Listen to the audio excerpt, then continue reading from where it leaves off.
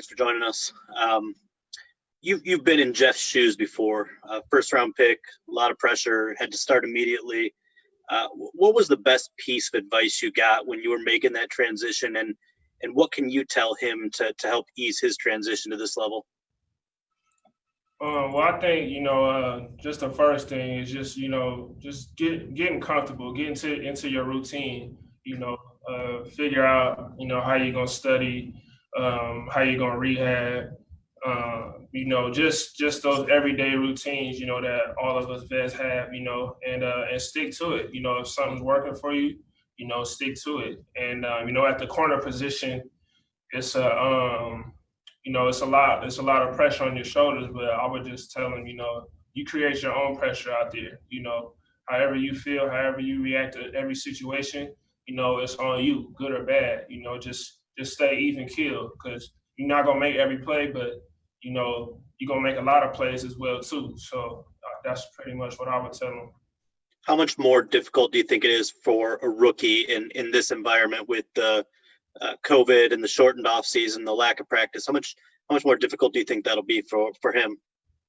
It's definitely a different environment, different time. We didn't have, the full off-season program, to get all the reps in, to get the playbook. We still, did things virtual, so, we still got some of that, but it's still nothing like, taking those reps, physically. So, but that's why we're in this position. We're built to adapt, and we're built to for any circumstance, any situation, we gotta just prevail through. So he'll be all right. We just gotta just keep working.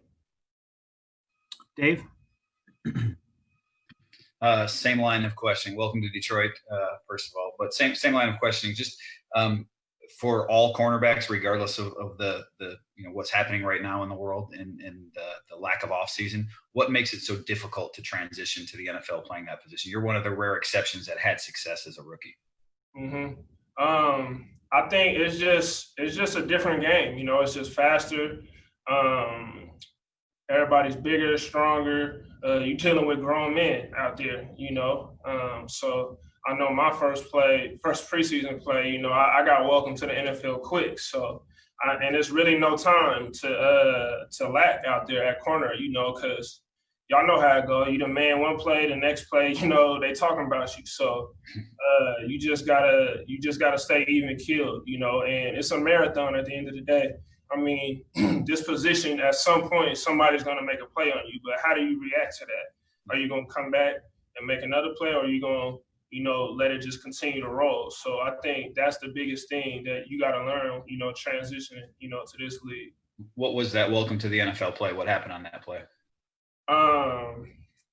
It's kind of a little story. So we was scrimmaging the Bengals in practice, how teams used to practice against each other or whatever. And, we was talking a little bit. I was talking to Gresham. Gresham was his name, the tight end. We was talking back and forth in practice. I'm just a rookie, And then in the game, he caught a little pass in the flat. And I came up to try to tackle him, and he pretty much just ran me over out of bounds or whatever. You know what I'm saying? He was just talking crazy. But I remember I was seeing colors. My bell was rung for sure. So I knew, I knew what time it was after that. So it was cool. And then last thing for me, just Okudah, you've been with him for a couple of weeks now. What have you seen from him, first impressions? Is there anything that you see that, think may help him make that transition quickly? Honestly, I think he has, what it takes. I can just tell he's fundamentally sound. That's big, coming to the NFL from college,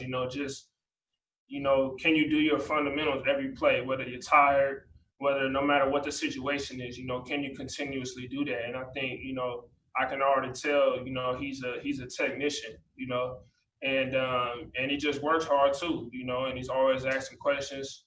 And I'm excited, to play with him and see how this thing goes. Thank you. We'll go Larry. Yeah, what do you say to teammates, or what is being said about making good choices when you're outside of the control of basically the Lions facility and bubble to keep everyone safe? Well, it's just you gotta pretty much, it's a family here. Everybody got their families that we're trying to protect, that we're doing this for. But, at the same time,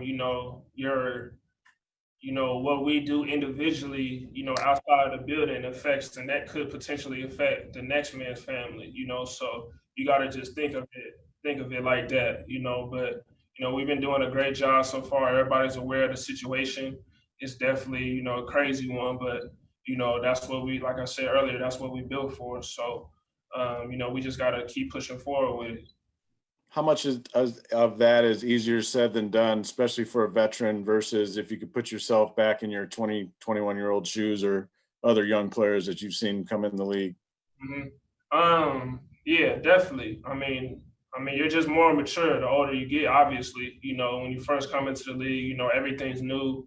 You got money, fame, everybody asking you to do this, A, B, C, you know what I'm saying? So it's definitely different, when you're a younger player, but I think, everybody at the same time respects, what we're trying to accomplish as a team and where we're trying to go. And the only way we can do that is if we act responsible. So I think we'll be all right. Like you said, you never know because it's so unpredictable this time right now, but we just going to do our part. All right, we'll go Ben Raven, last question.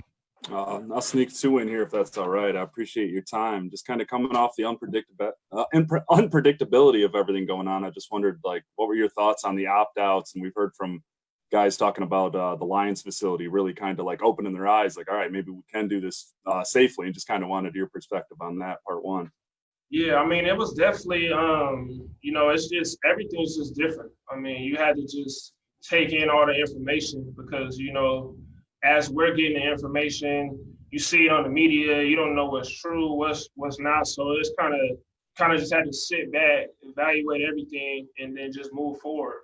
But for me, I just, I only got this opportunity once in my life. I only got this body, this speed, this quickness, a certain time frame of my life. So, while I can, I'm going to take advantage of it. So that's kind of just how I approached it. But obviously, I want my family to be safe. I want everybody else's family to be safe too. But, I'm a ball player, so that's what I'm going to do. All right. And then the second one, if that's all right, just kind of now that you're in Allen Park, just kind of reflect on the virtual off season. Did it kind of exceed your expectations, and just kind of how prepared everybody came into the building still, or just kind of your main takeaway that now that you guys are here in person? It was cool to me. We just weren't in person. We were still able to go over all the details. We were still able to talk, get to know one another. Obviously, it's nothing like being in person, but it was still productive in my eyes. And I feel like, we started off good, and I think we're headed in the right direction. But we just got to keep working, and just keep pushing this thing forward. Thank you. All right. Thanks, Drew. Thanks, everybody. It's been really crazy. And obviously everybody in this world could say that, based on, everything that has happened and, has, continued to happen. But it's just been, for me, a time of family, staying with my family, obviously, during quarantine and all that stuff, spending family time, kids having Zoom calls for school and stuff like that. Going through this whole process, obviously nobody has ever been through a process like this before. So just being with my family, continue, to work out and do that stuff on that level. But yeah, it's been crazy, but my main goal during, that whole stretch when we were at home in San Diego was to, to take care and recognize the people that are out there risking their lives for everybody, through this virus and stuff like that. So that was one of my main goals early on when everything happened. So it's been a little bit of that and a lot of family. So it was, good to be with the family for an extended period of time. And yeah. Obviously, condolences on the loss of your son.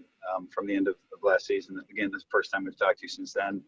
How do you cope with something like that? How about dealing with that on top of everything that's gone on in the world? Well, my thing, I think what gives me strength is, you find out that there's a lot of stories of people, that obviously stuff like that has happened to them, losing a family member. And that was, obviously the first time that's happened to me, on a level of that magnitude. But, just hearing a lot of other people, hearing their voices, and their experiences and stuff like that. So I don't think you can ever really fully cope with it. You know what I'm saying? I have my days. But at the same time, when there's thousands and thousands of people who reached out to me about their experiences and stuff like that. And so that's pretty much what it is. Just last thing on that, do you know what happened? I mean, did the doctor say what the cause was? Is there any? Thank you, Marv. Yep. Go Tim next. Hey, Marv. Good to see you. Thanks for taking the time. First off, condolences, obviously, to you and your family for the situation you had to deal with. But a football question for you. Obviously, you coming back, Kenny, Danny, you all had at least 60 catches, 675 yards. You've got to expect that. And we've seen, that tight ends really, come into their own that second season. Have big seasons, just with the weapons that you have returning and Hawk, the expectations there. Just how explosive can you expect this passing game to be with Matthew healthy in a second year in this system? Are you excited for what you guys have on that side of the ball? Oh, we're definitely excited. It's going to be big, just because obviously, as you mentioned, the people that we have, you look to the left, you look to the right. And we have ballers, so that's something that's very exciting. And obviously this is our second year in Bevel's offense, which we love. So the excitement is definitely up. And we're just glad that, we're all in here together and finally getting some football done. So it's been big, to come up here, and see my brothers and really go out there and not really miss a beat, just because we all have experience in this offense, obviously. And obviously we've added new pieces that are going to come in and do great. So the sky's the limit, but obviously we just have to continue to work, and that's what we do every day. So it's exciting. Mike Rothstein. Hey, Marv, how are you? Echoing, obviously, condolences that everyone else has said. I want to hit on that topic a little bit more. What was that first couple of weeks like? Because I think it was 24, 36 hours after the game, you go, and you're in Ford Field. Like, what mentally was that like for you? It was just. I'm just going to say this. It was an experience that I very much appreciated. From the standpoints from the Lions, showing love and stuff like that, and the fans and the teammates. It was just a powerful moment that I think was good for us and good for my family. That's pretty much all I'll say about that. My son's in a better place. So that makes me happy, and that's it for that topic. Between that and obviously your family being out in California, was there any thought that you maybe weren't going to play this season and just stay in California and kind of wait till next year with the pandemic and obviously everything else going on? No, I was there for about 8 months. It's time to play football. Thanks, man. So John Neo, then Kyle. Marv, how did you handle the football side of preparation this offseason, given everything that was going on? And then I guess one question also following up on others. Is your family, are you going to, with online school and everything else, are they going to stay there? Are they going to be here? How are you handling that decision if you've already made it? Handling the football side of things. I have a training facility at my house in San Diego, so it was just business as usual. Have a good 60-yard turf hill. Have a lot of things that I could do there, where I could do the same thing. I was in the sand a lot. I have a sand court, so I pretty much was getting it in every day and grinding, and it actually gave me a lot in terms of did a lot for me in terms of, just being ready, and having my body ready and prepared and stuff like that. So, it was pretty much business as usual, what I do in the off season in terms of, how I prepare and how I get into this thing. But in terms of the family, they will be in San Diego, but obviously they're online, so they could, go back and forth if need be. Obviously, we split half and half from here to San Diego. After the season, we take off to San Diego. This year it's a little bit different, and I think mainly because my kids are getting older and they're in sports and stuff like that. So in terms of that that fall, that being in sports and stuff like that out there in San Diego, I think that was a part of it, and that was going to happen even before the pandemic started. So we have a little process, and obviously it could change with them having school online. But they end up going back to school, I think, in September over there in California, around September 11th, around or 10th or 11th or whatever in California. So they'll be there and they'll come up here whenever. So it's a good little plan that was already in motion. That was a plan that was already in motion, but I mean, it's going to be tough for you, no? I mean, especially having been together as much this last several months, to be separated a little more than normal. It is what it is. Just like everybody doing. You take it day by day, week by week. If I want them to come up here, then they'll be up here. So it's no big deal. Thanks, Marv. Okay. We'll go last question with Kyle. Got two for you, Marv. The first one: did you take a plane to Oregon or someplace to get a dog?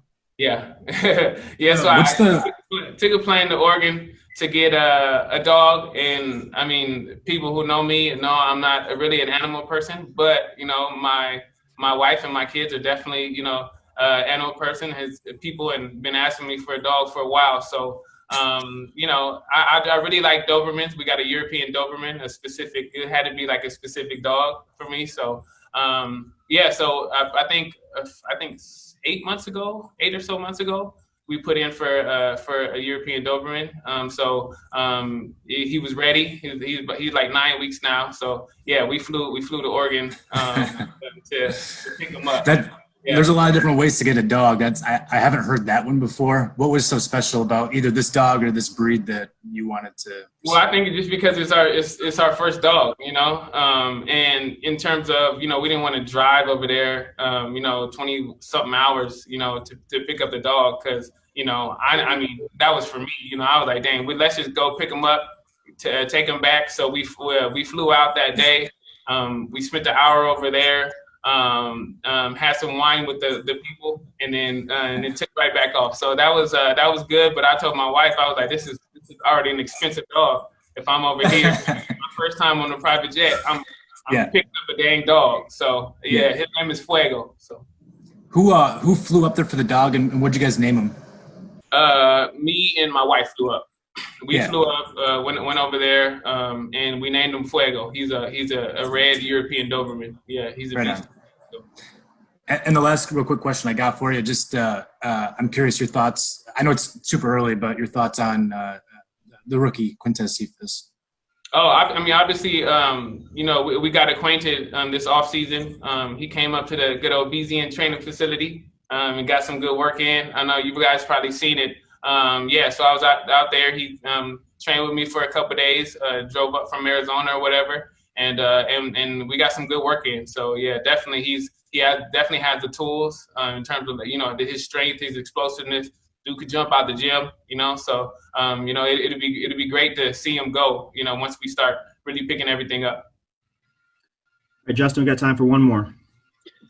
Hey, Marv, good to see you. One more on Cephas. When Kenny came into the league, you and Golden got him right real quick, and he was contributing almost immediately. What can you take from that experience now with you and Danny and getting Quintez ready to go right out the gate, especially with such a short practice window here? Well, I think that's what we do. When you've been in the league for this long, and the type of people that we are, it's always the help, just because if you help somebody, that's just going to make the team better, and especially when you see potential in somebody, and we seen that with Kenny, and you obviously you know how that turned out, you know, and you know it's just not just for, you know, one particular person. You know, we do that for everybody, for all rookies. You know what I'm saying? Rookies who's even if they came in tomorrow, you know, we'll treat them all the same. And hey, you know, stick with us, you know, and you'll know the way, you know. And normally, you know, especially the people who are very motivated will do that, you know, and we see that in him. And you know, we're just gonna go out here and training camp and let the young man do what he does. You know, it's the same for all the young you know, receivers that we have. So he is our only really rookie. So you know, we could pick on him a little bit more. So yeah, it'll be exciting.